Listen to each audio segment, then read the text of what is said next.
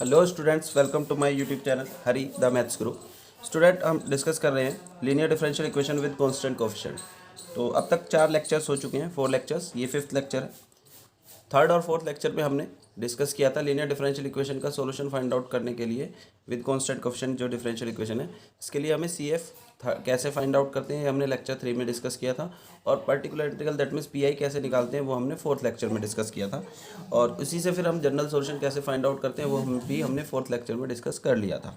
अब हम fifth lecture में इन सब से रिलेटेड और एग्जाम्पल्स करेंगे जो फोर्थ लेक्चर में हमने सॉल्यूशन निकालना डिस्कस किया था with the help of C F and P I. उसी से रिलेटेड और कुछ एग्जांपल्स डिस्कस करेंगे। ठीक है, एक क्वेश्चन है, ये डिफरेंशियल इक्वेशन है D square y upon D x square minus 3dy/dx plus 2y is equal to e⁻3x। इस डिफरेंशियल इक्वेशन को सॉल्व करना है। स्टूडेंट, एग्जाम में यही स्लोगन सभी इसी यूनिट के सभी क्वेश्चन में दिखाई देगा, लिखा हुआ सॉल्व द डिफरेंशियल इक्वेशन। तो सबसे बड़ी टेंशन हमें पहचानना ही है कि ये किस टाइप की डिफरेंशियल इक्वेशन है, क्योंकि सिलेबस में कांस्टेंट कोएफिशिएंट भी है और वेरिएबल कोएफिशिएंट भी है, तो आपको पहचानना आना चाहिए। तो यहाँ पर अगर हम देखें कांस्टेंट कोएफिशिएंट की पहचान क्या है, लीनियर की पहचान है तो डिग्री 1, डिग्री मतलब हाईएस्ट ऑर्डर डेरिवेटिव की पावर 1 दिखना चाहिए, तो वो लीनियर है, 1 है। उसके बाद विद कांस्टेंट कोएफिशिएंट मतलब ये जो डेरिवेटिव वाली टर्म है इसके कोएफिशिएंट, जितनी भी डेरिवेटिव वाली टर्म है, एक ये है सेकंड ऑर्डर वाली, इसका कोएफिशिएंट 1 है, इसका फर्स्ट ऑर्डर का कोएफिशिएंट -3 है, और डिपेंडेंट वेरिएबल y इनका कोएफिशिएंट, तो ये सब कोएफिशिएंट कांस्टेंट अगर है तो linear differential equation with constant coefficient कहलाएगी। चलिए, इसे सॉल्व करने का प्रोसेस हमने लास्ट वीडियो में डिस्कस किया था कि सबसे पहले तो आपको क्या करना है, पुट कर देना d/dx को capital D. That means equation 1 में हम ये जो d/dx है इसकी प्लेस पर कैपिटल डी रिप्लेस कर देंगे, तो डी स्क्वायर वाई बनेगा, माइनस इसमें d/dx की जगह पर कैपिटल डी रखेंगे तो -3dy बनेगा, plus 2y equal to e⁻3x। यहाँ से आप y कॉमन लेंगे तो D square -3d plus 2 into y is equal to e⁻3x। ये आपकी फॉर्म आ जाएगी डिफरेंशियल इक्वेशन की। इसे सॉल्व करने का प्रोसेस हमने डिस्कस किया था। डिफरेंशियल इक्वेशन का जो सॉल्यूशन है that means dependent variable y की वैल्यू हमें निकालना है। सॉल्यूशन मतलब y की वैल्यू डिपेंडेंट वेरिएबल की, और वो y इज इक्वल टू किसके इक्वल होता है, C F plus P I के। यानी कि इसका जो जनरल सॉल्यूशन है वो दो हिस्सों से मिलकर बनेगा, complementary function C F plus particular integral P I. अब सी एफ निकालने का प्रोसेस हमने डिस्कस किया था। सबसे पहले तो हमें ऑक्सिलरी इक्वेशन बनानी है। ऑक्सिलरी इक्वेशन कैसे बनेगी, जो भी हमारी डिफरेंशियल इक्वेशन है उसमें डी को एम से रिप्लेस कर देंगे, राइट हैंड साइड भले ही कुछ भी हो हमें 0 रखना है, और जो हमारा y है उसको भी 1 से रिप्लेस कर देना है। तो इक्वेशन हमारी बनेगी m² -3m plus 2 is equal to 0।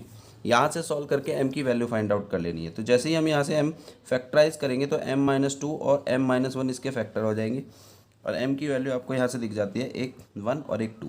तो हमने डिस्कस किया था सी एफ की रूल्स में वीडियो लेक्चर नंबर 3 में कि अगर दोनों वैल्यू रियल है, रियल मतलब आयोटा इन्वॉल्व नहीं है, तो हम देख सकते हैं इसमें आयोटा इन्वॉल्व नहीं है और डिफरेंट है, एक वैल्यू m1 है और एक वैल्यू m2 है, दोनों अलग अलग वैल्यू आ रही है, तो ये रूट रियल एंड डिफरेंट वाला या डिस्टिंक्ट वाला केस बन जाता है। ठीक है, रियल एंड डिस्टिंक्ट के केस में हमने सी एफ फाइंड आउट करने का प्रोसेस डिस्कस किया था। सी एफ होता है c1 e⁻m1x plus c2 e⁻m2x। तो वही हमने लगा दिया, c1 e⁻m1 है हमारा 1 तो m1x प्लस c2 e⁻m2 है 2 तो e⁻2x। ये सी एफ आई है। अब हम particular integral that means P I find out करेंगे। तो P I particular integral find out करने का प्रोसेस हमने डिस्कस किया था कि अगर कोई differential equation F D into y is equal to Q है तो पर्टिकुलर इंटीग्रल पी आई का फार्मूला है 1 derivative operator F D into right side term Q. तो इसको फिर हम सिंप्लीफाई करते हैं, डी को रिमूव करते हैं, तो जो वैल्यू आ जाती है वो पी आई होती है। बट यहाँ पर हमारी जो डिफरेंशियल इक्वेशन है उसमें 1/f डी की जगह, डी के फंक्शन की जगह पर था डी स्क्वायर -3d प्लस 2, और राइट साइड टर्म e⁻2x है तो e⁻3x सॉरी।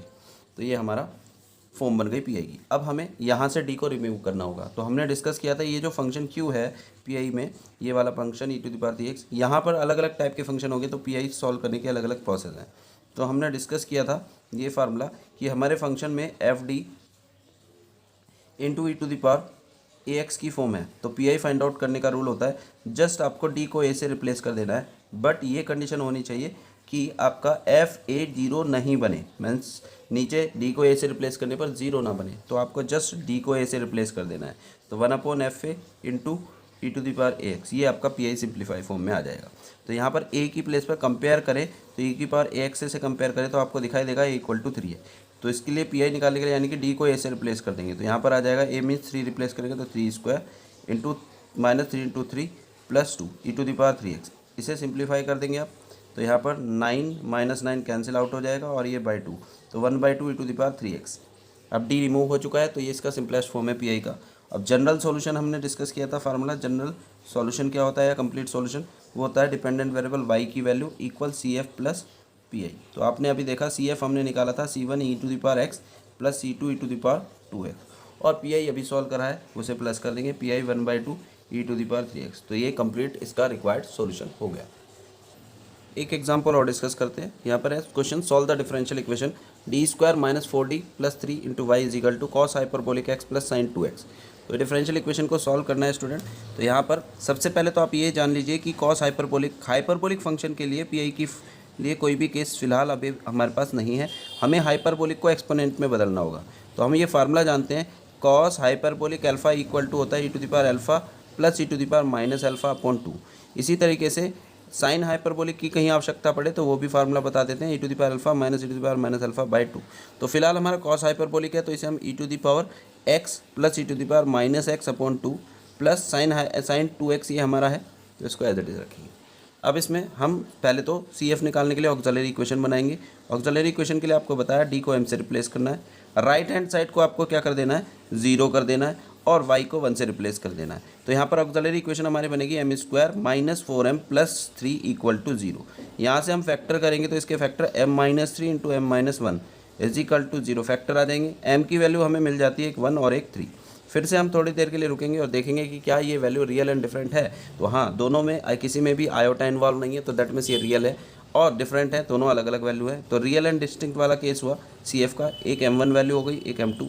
तो CF जो हमारा हो जाएगा complementary function formula C1 e⁻m1x plus C2 e⁻m2x। ये हमने अप्लाई कर दिया, m1 की वैल्यू 1 है प्लस m2 की वैल्यू हमारी 3 है, तो ये हमारा CF हो गया यहाँ पर।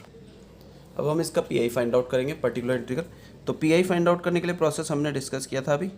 तो 1 डेरिवेटिव ऑपरेटर फंक्शन है हमारा d² - 4d + 3 into right side term है e⁻x plus e⁻x/2 plus sign 2x। ठीक है स्टूडेंट, तो इसको सेपरेटली एक एक के साथ डिस्ट्रीब्यूट कर देते हैं ऑपरेटर को, d² - 4d + 3 into e⁻x plus e⁻x/2 plus 1 derivative operator function d² - 4d + 3 into sine 2x is equal to 1 derivative operator d² - 4d + 3।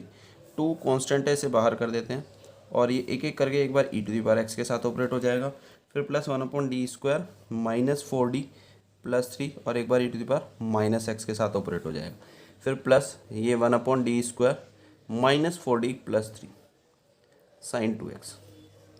तो इसमें स्टूडेंट अब हम केसेस लगाएंगे। PI के केसेस हमने लेक्चर नंबर 4 में डिस्कस किए हुए हैं, फिर भी मैं एक बार बताकर चलूँगा। आपको डिटेल में चाहिए तो आप वहाँ से वीडियो देख सकते हैं, उसका लिंक मैंने डिस्क्रिप्शन बॉक्स में शेयर किया है।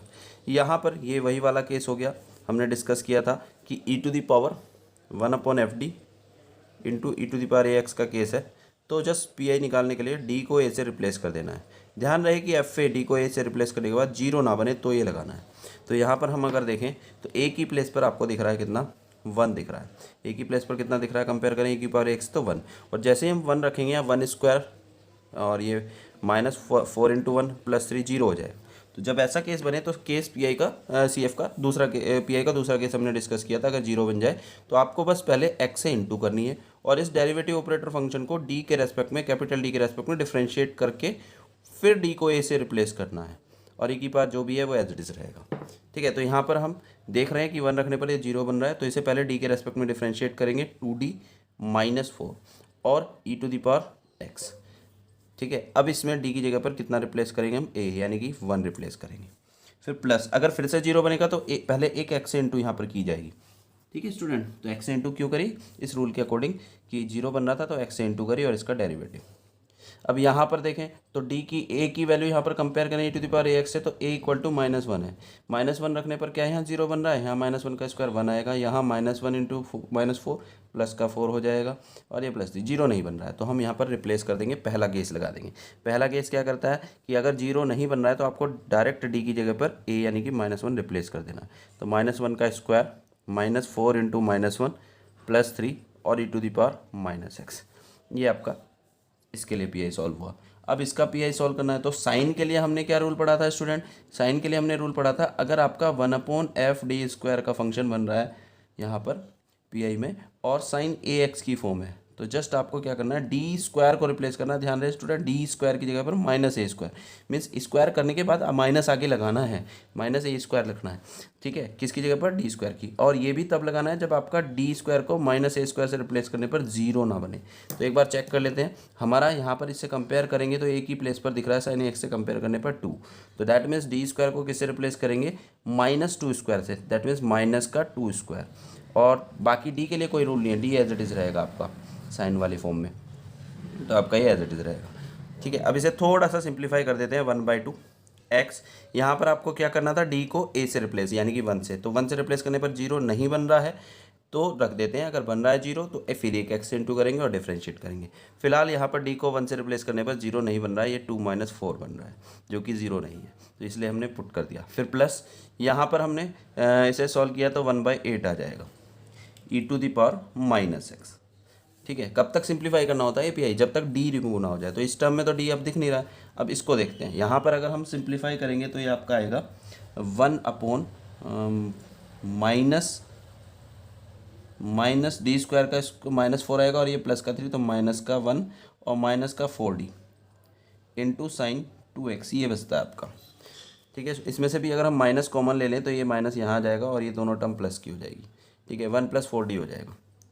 अब इसको अभी भी डी रह रहा है, इसमें पी आई सिंप्लीफाई नहीं हुआ, तो इसके लिए फिर हम 4 - 2 है तो ये माइनस का 2 रह जाएगा, इंटू नहीं है ये, 4 - 2 तो माइनस का 2 रह जाएगा, e⁻x। ठीक है स्टूडेंट, और ये प्लस 1/8 e⁻−x। अब यहाँ से माइनस ये आपका 1 + 4d है, और साइन के लिए रूल मैंने क्या बताया, d² को रिप्लेस किया जाता है, और यहाँ d² है नहीं, तो d² क्रिएट करने के लिए हम इसमें कॉन्जुगेट मल्टीप्लाई कर देते हैं।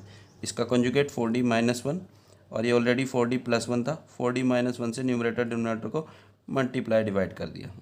ठीक है, इससे क्या हुआ, यहाँ पर 1/2, ये माइनस का x/2 e⁻x प्लस e⁻−x/8, और ये -4d - 1, ये आपका a + b a - b के होल इसका फार्मूले से, फैक्टर फार्मूले से 16d² - 1 sin 2x आ जाएगा। इससे क्या बेनिफिट हुआ, अब d² क्रिएट हो गया, और हम फार्मूला जब पी आई का जानते हैं साइन के लिए सिर्फ किस केस में, जब हमारा क्या फॉर्म बने, जब हमारी फॉर्म बने d², इसीलिए हमने d² क्रिएट किया।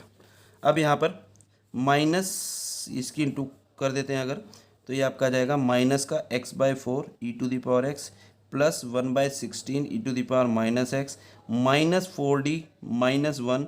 अब साइन के लिए रूल क्या पढ़ा था हमने, ये साइन ए एक्स से अगर हम कंपेयर करें तो आपको दिखाई देगा ए की प्लेस पर 2 है, और साइन के लिए रूल हमने पढ़ा था d² को -a² से रिप्लेस करते हैं, दैट मीन्स रिप्लेस करेंगे -2² और माइनस का 4, तो d² की जगह पर -4 रख देते हैं, तो 16 × -4 -1 इंटू साइन 2x, ये आ जाएगा स्टूडेंट।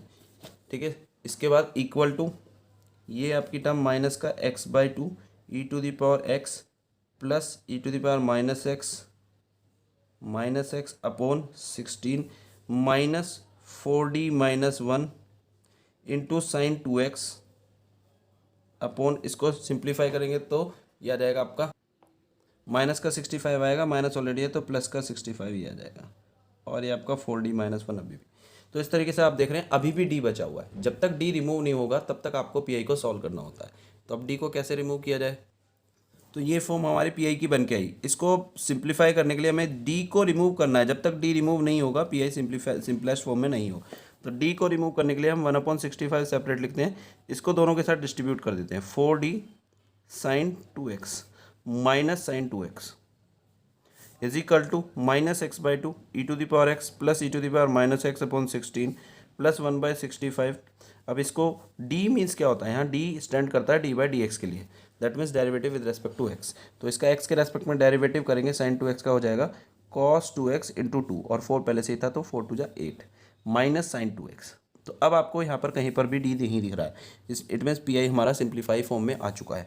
तो जनरल सॉल्यूशन या कंप्लीट सॉल्यूशन आपका हो जाएगा, complete solution y is equal to C F plus P I.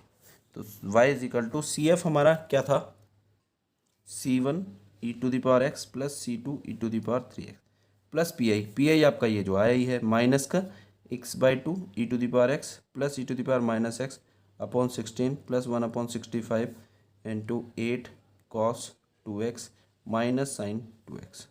तो ये आपका फाइनल आंसर हो गया। ठीक है स्टूडेंट, तो आज की वीडियो में इतना ही और नेक्स्ट वीडियो में हम आगे कंटिन्यू करेंगे। फिलहाल स्टूडेंट आप जाकर देख सकते हैं वीडियो लेक्चर। अगर आपको अभी भी समझ में नहीं आया है तो वीडियो लेक्चर आपका 3 और 4 में आपको डिटेल में पीसीएफ और पीआई के सारे केसेस बताए गए हैं बहुत अच्छे से, और उनके साथ एक एक एग्जाम्पल अटैच किया है जिससे कि आपको समझने में किसी प्रकार की कोई प्रॉब्लम ना आए। ठीक है, तो आपको पूरे इस चैप्टर के जितने भी CFPI हैं सारे रूल वहाँ पर लेक्चर वीडियो लेक्चर 3 और 4 में क्लियर हो जाएंगे। तो आप जाकर उसे देख सकते हैं डिस्क्रिप्शन बॉक्स में। जस्ट वीडियो के जो नीचे टाइटल के नीचे जो वीडियो का टाइटल वीडियो चल रही होगी उसके नीचे एक टाइटल होता है वीडियो का, उसके नीचे आप डिस्क्रिप्शन बॉक्स में देखेंगे कमेंट बॉक्स और उसके बीच में, तो डिस्क्रिप्शन बॉक्स में आपको वीडियो के लिंक मिल जाएंगे, यूनिट वाइज आपको मिल जाएंगे हर लेक्चर के, तो आप वहाँ पर जाकर चेक कर सकते हैं। चैनल को सब्सक्राइब किए रहिएगा जिससे कि आपको जो भी नई वीडियो आएगी तो उसका नोटिफिकेशन टाइम टू टाइम मिलता रहेगा, आपको इधर उधर ढूंढने की आवश्यकता नहीं पड़ेगी।